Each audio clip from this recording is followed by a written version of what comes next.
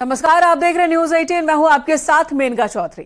उत्तर प्रदेश में 3 सांसदों वाली पार्टी अब पीडीए के पोस्टर से 24 के रण में दम दिखाने के तैयार है। सपा ऑफिस के बाहर एक पोस्टर लगा है जिसमें अब की बार पीडीए सरकार लिखा है, जिसमें पिछड़े, दलित और अल्पसंख्यकों की बात कही गई है। लेकिन सवर्ण से अखिलेश यादव ने दूरी बना ली है, तो दूसरी तरफ समाजवादी पार्टी के पीडीए वाले पोस्टर पर अब बीजेपी ने हमला शुरू कर दिया है। आपको दिखाते हैं इसी पर एक रिपोर्ट।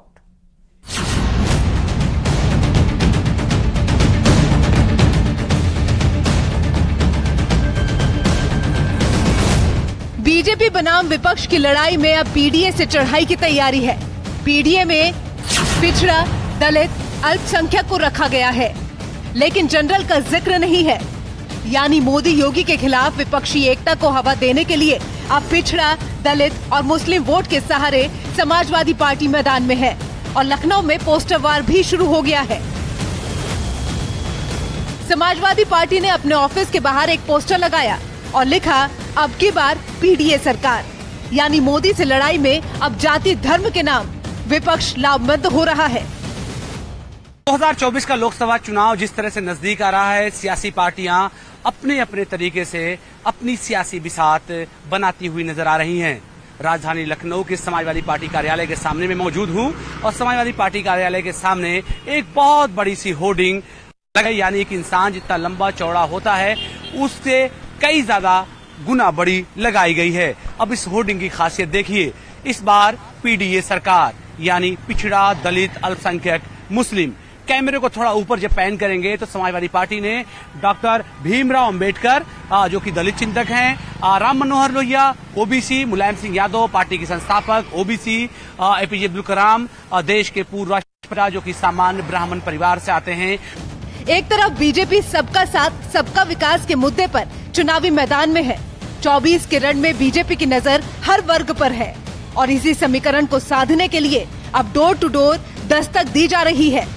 लेकिन समाजवादी पार्टी खास धर्म, खास वर्ग और खास जाति के नाम पर चुनावी मैदान में दम दिखा रही है, जिस पर अब बीजेपी हमलावर है।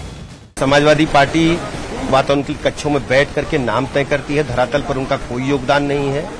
उत्तर प्रदेश की जनता ने उन्हें नकार दिया है। गुंडई, अराजकता, दंगों, मारपीट, बहु बेटी की इज्जत आबरू खतरे में, प्लाट मकान दुकान कब्जा करना समाजवादी पार्टी का पुराना सगल रहा है।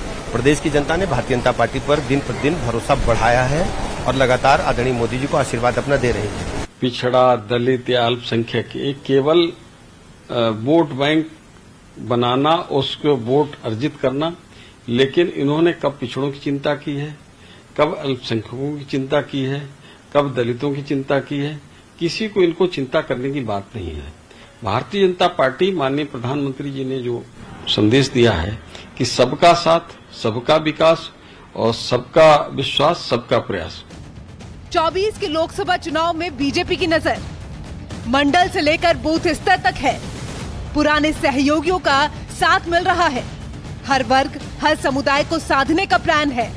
जन कल्याण योजनाओं का मुद्दा उठाया जा रहा है, जिससे एनडीए के योद्धा पीडीए का तोड़ निकाल सके और समाजवादी पार्टी को उसी के चक्रव्यूह में घेरा जा सके। इसके लिए उत्तर प्रदेश में हर संभव कोशिशें हो रही हैं।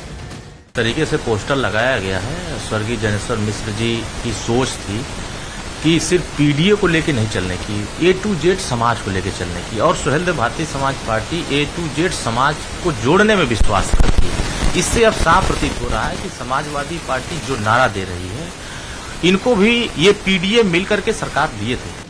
दरअसल बीजेपी यूपी की सभी 80 सीटों को जीतने के प्लान से आगे बढ़ रही है और इसी बात की चिंता विपक्ष को सता रही है। तभी तो अखिलेश यादव कांग्रेस से भी हाथ मिलाने से नहीं चूक रहे और बिना किसी पीएम फेस के सब एकजुट हो रहे हैं। लेकिन फूट और टूट से विपक्षी गुट में हलचल मच गई है, जिसकी धमक अब उत्तर प्रदेश में भी सुनाई देने लगी है, क्योंकि जयंत और अखिलेश में दरार की स्थिति, शिवपाल यादव को लेकर दावे और वादे, राजभर का बीजेपी को खुलकर समर्थन और मायावती का अकेले चुनाव लड़ना अखिलेश के उस पीडीए को संदेश है जिसके साथ वो केंद्र में सरकार बनाने का सपना देख रहे हैं। क्योंकि यूपी में अखिलेश खुद को मजबूत तो नहीं कर पाए, लेकिन 3 सांसदों की पार्टी अब मोदी विरोध में पोस्टर से एकजुटता का संदेश देने की कोशिश कर रही है, जिसे बीजेपी पहले ही धता बता चुकी है। खैर, एक बार फिर जब बेंगलुरु में तमाम विपक्षी दल मीटिंग के लिए एकजुट होंगे तो जनरल विरोधी पीडीए की तस्वीर क्या होगी, इस पर सस्पेंस बाकी है। न्यूज़ 18 के लिए लखनऊ से अलाउद्दीन की रिपोर्ट।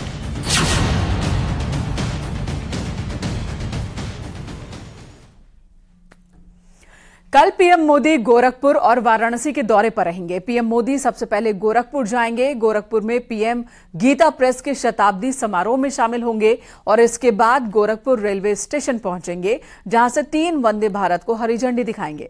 इस दौरान प्रधानमंत्री रेलवे स्टेशन के पुनर्निर्माण की आधारशिला भी रखेंगे और फिर अपने संसदीय क्षेत्र वाराणसी के लिए रवाना हो जाएंगे। आपको दिखाते हैं एक रिपोर्ट, पीएम के दौरे से पहले की तैयारी कैसी है। –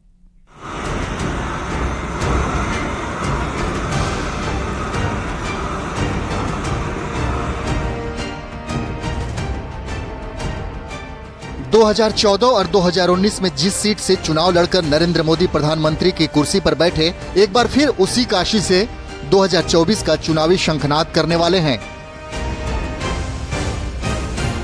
गंगापुत्र एक बार फिर वाराणसी से चुनावी अभियान का आगाज करने वाले हैं। प्रधानमंत्री मोदी 2024 में अपने ही रिकॉर्ड को तोड़ने की कोशिश में हैं और इसके लिए हर वो जोर आजमाइश की जा रही है जिससे चुनावी मैदान में फतह एक तरफा हो। और यही वजह है कि एक बार फिर सियासी बिगुल वाराणसी से फूंका जा रहा है, जिसकी पूरी तैयारी कर ली गई है। हालांकि पीएम मोदी अपने इस दौरे पर गोरखपुर के साथ ही वाराणसी को भी करोड़ों की सौगात देने वाले हैं। पूर्वांचल को 12,000 करोड़ की सौगात देंगे। 29 परियोजनाओं का उद्घाटन, शिलान्यास करेंगे। डेडिकेटेड फ्रेट कॉरिडोर का लोकार्पण होगा। वाराणसी जौनपुर 4 लेन का लोकार्पण करेंगे। मणिकर्णिका घाट का सौंदर्यीकरण, हरिश्चंद्र घाट पर भी निर्माण होगा। पीएम मोदी के दौरे से पहले वाराणसी और गोरखपुर में तैयारियों की लगभग पूरी तैयारी कर ली गई है। घाटों को सजाया जा रहा है। सीएम योगी खुद तैयारियों पर नजर रख रहे हैं, क्योंकि वाराणसी के साथ ही पीएम मोदी गोरखपुर के लिए सौगातों का पिटारा खोलने वाले हैं। 3 वंदे भारत ट्रेनों को रवाना करेंगे। रेलवे स्टेशन नवनिर्माण की आधारशिला रखेंगे। गीता प्रेस के कार्यक्रम में जाएंगे। पीएम मोदी करीब 2.5 घंटे गोरखपुर में रहेंगे। शुक्रवार को PM Modi Gorakhpur railway station के पुनर्विकास की नींव रखेंगे। इस स्टेशन को रीडेवलप कर उसे वर्ल्ड क्लास स्टेशन बनाया जाएगा, जिसका मॉडल सामने आया है। 498 करोड़ की लागत से तैयार होने के बाद इस स्टेशन का नजारा देखते ही बनता है।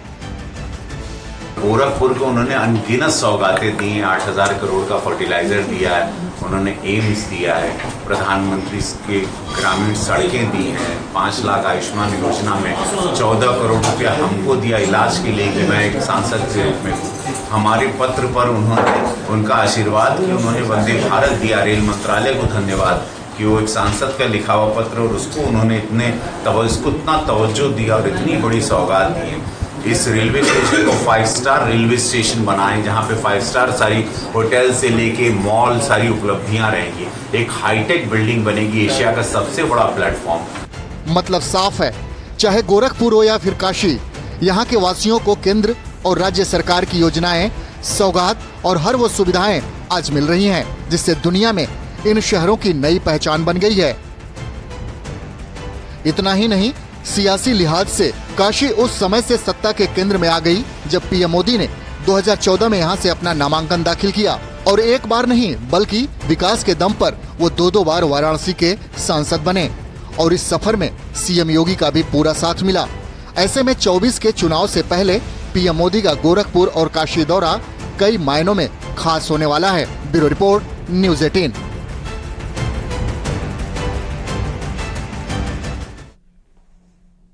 और अगली खबर लखनऊ से, जहां बारिश के बाद कई इलाकों में जलभराव देखने को मिला। अंबेडकर पार्क हो, राणा प्रताप मार्ग हो, हर जगह जलभराव की वजह से लोगों को परेशानी का सामना करना पड़ा। मूसलाधार बारिश के बाद इलाके में चारों तरफ पानी ही पानी नजर आ रहा है। 2 तस्वीरें हम आपको दिखा रहे हैं। ये लखनऊ है, प्रदेश की राजधानी है। वीवीआईपी इलाकों का भी बुरा हाल है, जहां कुछ देर की बारिश हुई और हर तरफ पानी ही पानी। देखिए सड़कों पर किस तरह से जल भरा हुआ है और इस तरह से पता चलता है कि निगम ने मानसून को लेकर क्या तैयारी की है। ये तस्वीरें हम आपको दिखा रहे हैं अंबेडकर पार्क के पास की ये तस्वीर हम आपको दिखा रहे हैं, जहां पर मेन सड़क पर पानी भरा हुआ है। वहीं राणा प्रताप मार्ग भी जल जमाव का शिकार हुआ है। इस रास्ते में आप देखिए हर जगह पानी ही पानी और जल जमाव के बीच से ही लोग, इस गंदे पानी के बीच से लोग गुजरने को मजबूर हैं। और जिन लोगों की दुकानें हैं, छोटी छोटी दुकानें, मजबूरन उन्हें अपनी दुकानों को बंद रखना पड़ रहा है, यानी कि रोजी रोटी पर भी आफत इस जल जमाव की वजह से। और जहां कहीं भी ठेले या फिर छोटी दुकानें खुली हैं तो वहां इस गंदे पानी के बीच ही वो काम कर रहे हैं।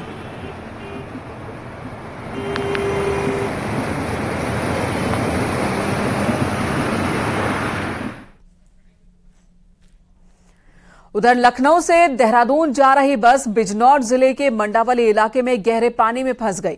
कड़ी मशक्कत के बाद क्रेन की मदद से बस को बाहर निकाला गया, जिसके बाद बस देहरादून के लिए रवाना हो सकी। आपको दिखाते हैं ये रिपोर्ट। ये तस्वीर हम आपको दिखा रहे हैं, बिजनौर की ये तस्वीर है। देखिए जरा, पानी इतना ज्यादा कि बस आगे बढ़ ही नहीं पाई और बीच रास्ते में ये बस जमा हो गई। इन तस्वीरों को देखकर आपको लगेगा नहीं कि ये बस सड़क पर है, ऐसा मालूम होता है जैसे कि ये बस गलती से नदी में आ गई हो और फिर फंस गई हो। नदी जैसी स्थिति सड़क पर बन गई है और ये जो सड़क है ये कोई आम सड़क नहीं है, बल्कि लखनऊ से देहरादून जाने वाली ये सड़क है। बिजनौर जिले के मंडावली इलाके में गहरे पानी में ये बस फंस गई। बस में फंसे यात्री भी काफी देर तक परेशान होते रहे। बाद में क्रेन की मदद से बस को बाहर निकाला गया, तब जाकर ये बस देहरादून के लिए रवाना हुई और बस के पीछे भी काफी बड़ी संख्या में लोग बहुत देर तक फंसे रहे।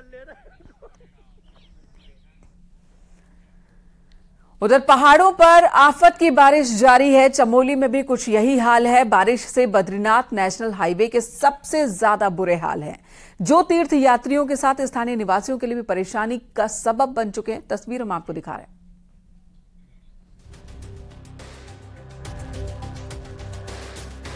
बद्रीनाथ राष्ट्रीय राजमार्ग छिनका, बाजपुर और हाथी पर्वत पर बार बार बाधित हो रहा है। इसके साथ ही लामगढ़ और खचड़ा नाला भी नासूर बना हुआ है।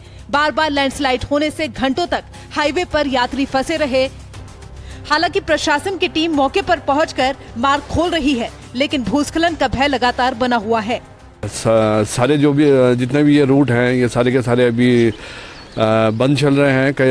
कहीं पे पत्थर गिर रहे हैं। इसमें आपका लामबगढ़, बाजपुर और छिनका अभी मेन है, जहाँ पे रोज कोई ना कोई दिक्कत हो रही है और हैवी लैंडस्लाइड हो रहा है। बारिश के बीच बद्रीनाथ धाम और हेमकुंड साहिब की यात्रा भी जारी है। यात्रा में कमी जरूर आ गई है। वहीं लगातार हो रही बारिश के बाद अब होटलों की बुकिंग में भी कमी आ रही है। और अब धीरे धीरे जो मानसून आ गया है तो मानसून में थोड़ा कम हो गया है, लेकिन हमें आगे उम्मीद है कि जो ये मानसून खत्म होगा तो सितंबर अक्टूबर में हम अच्छे टूरिस्ट आने का एक प्रयास देख रहे हैं। पहाड़ों में मानसून के बादल जमकर बरस रहे हैं, जिसकी वजह से सड़कें बंद होने और खुलने का सिलसिला जारी है, जो लगातार परेशानी का सबब बना हुआ है। चमोली से न्यूज़ 18 के लिए नितिन सेमवाल की रिपोर्ट।